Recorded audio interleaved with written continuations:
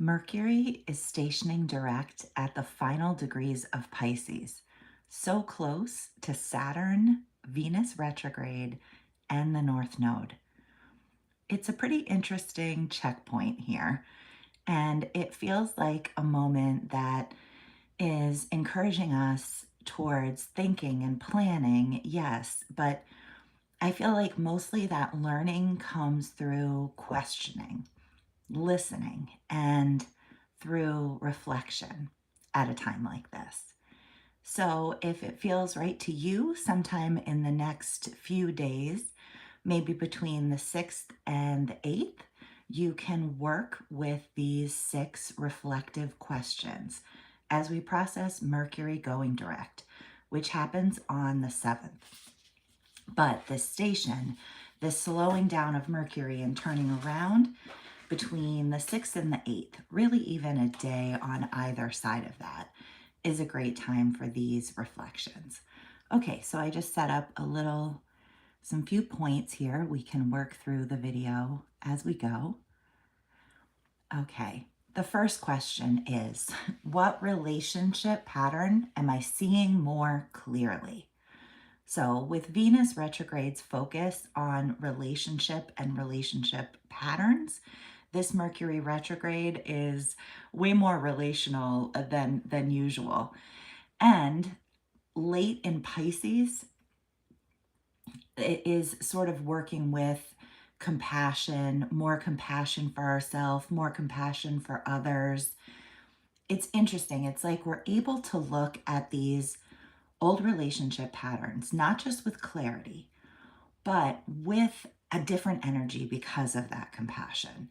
We can sort of release some of the pain, through seeing it a little bit differently, through seeing ourselves with more compassion from the past that we didn't know what we didn't know, understanding what others go through, what others have been through in their lives that perhaps leads them to their actions. Sorry, I'm messing with the screen so much here. Through all of that, we can sort of work with our memories and our relationship patterns in a different way. And we can sort of learn to move forward in a different way, but also we can look back at the past in a different way with a little less pain. Let's move on to the second one here. And all these will look a little different for everyone, but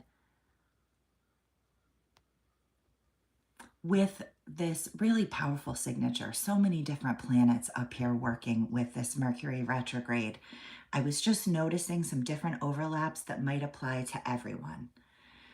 Okay, the second question you might want to ask yourself is, where am I being asked to wait, and what am I learning in the process?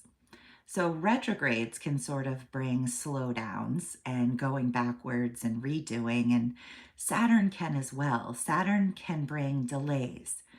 But all of this, when the planets are having a signature like that, it's asking us to slow down and gain more information.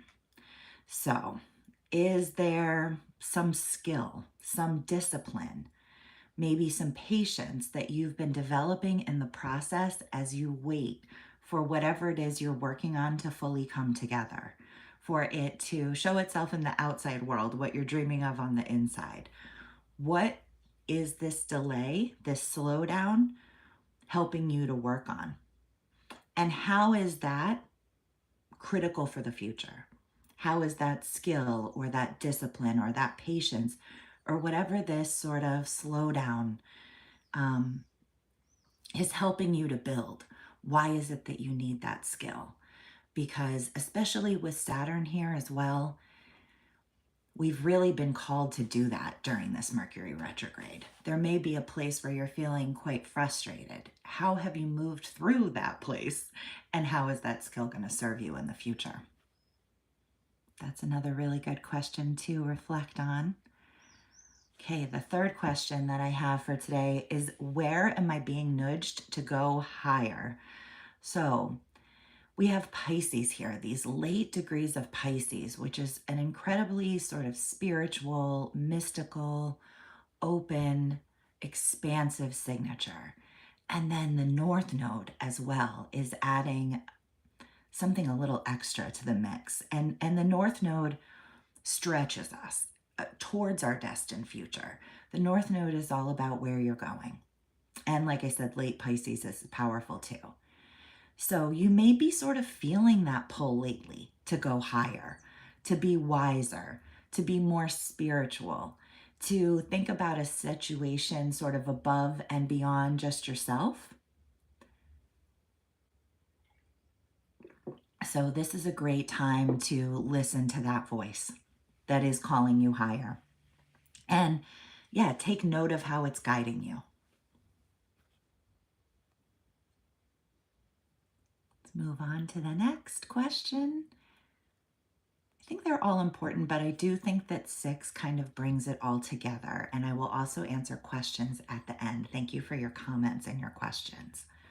Okay, the 4th question is, where have I been wearing a mask to protect myself, and where is it safe to take it off? So there's been so many themes around vulnerability lately. You know, Venus retrograde can call up those themes. Pisces can call up those themes. And there've been other points in the sky as well where we've been sort of honing in on the importance of being self-protective where that's the smart thing to do, and being vulnerable in the place where that's the smart thing to do. And this can be difficult. If you're wearing a mask, sometimes some people can take advantage of vulnerability. Some people can use weaknesses against you. We need to be discerning about who we really open ourselves up to, because giving someone else that kind of power is a big deal, and we don't want to do it too easily. At the same time, when you're patterning to wear this mask to sort of protect the softer sides of yourself, it can be difficult to let it down in the places where it's safe to do that. But being vulnerable with the right people is so important. And it's really the only way that we can let love in, is to really be honest about where we are and really show ourselves. So where have you been wearing a mask to protect yourself? And where can you let it down? Where is it safe to let it down? Where is it safe to leave it up? And what does that tell you about sort of the people and the circumstances in your life? And how well are you doing at doing both? Because it can be quite challenging to do both. Okay, question number 5. Okay, what conflicts need closure and a new beginning? As Mercury stations, it's a really good time to heal any misunderstandings, miscommunication, anything like that that arose during the Mercury retrograde. I would say that this is especially true after Venus goes direct on the 12th. So in just a week or so, Venus will go direct as well here in Pisces, and that's going to make a big difference, having those 2 personal planets direct. But you may be feeling that energy now. You know, if there were any conflicts or problems relationally in the last few weeks, you may be feeling ready to clear those up. You may be feeling a little bit more able to clear that up. You know, Mercury in Pisces, it can be a little bit confusing. It can be hard.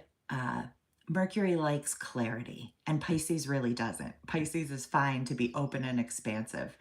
So it can be hard with Mercury, especially retrograde in Pisces, to not have misunderstandings, because it's just a little loose.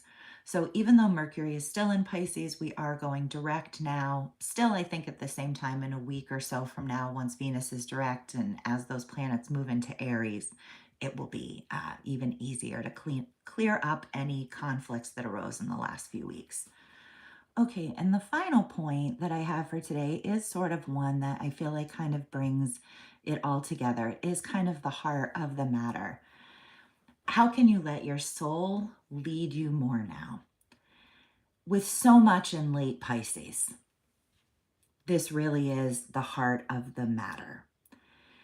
we're coming up against endings here. Endings, dreams of the future, dreams of the past that are ending, that we're letting go of. And we're coming into sort of a new cycle, a new alignment with who we are now. And there's sort of an up leveling of um, listening to your heart, listening to your soul, listening to your inner guidance that we're going through as we move through Pisces. So moving forward, sort of more aligned, more from the heart, more from a place of doing what you know, trusting in your values, your inner voice, caring for yourself as well as being compassionate for others. This is how we sort of step into this new era as effectively as possible with this Mercury retrograde. I just have a little graphic here at the end to wish you a wonderful Sunday or Monday if you're watching this on Monday, or Tuesday, or whenever you're watching this. Thank you so much for being here. I'll attach some other relevant astrology videos for right now at the end, and I'll be back again tomorrow for a weekly overview. That's the plan anyway. Thanks, everyone.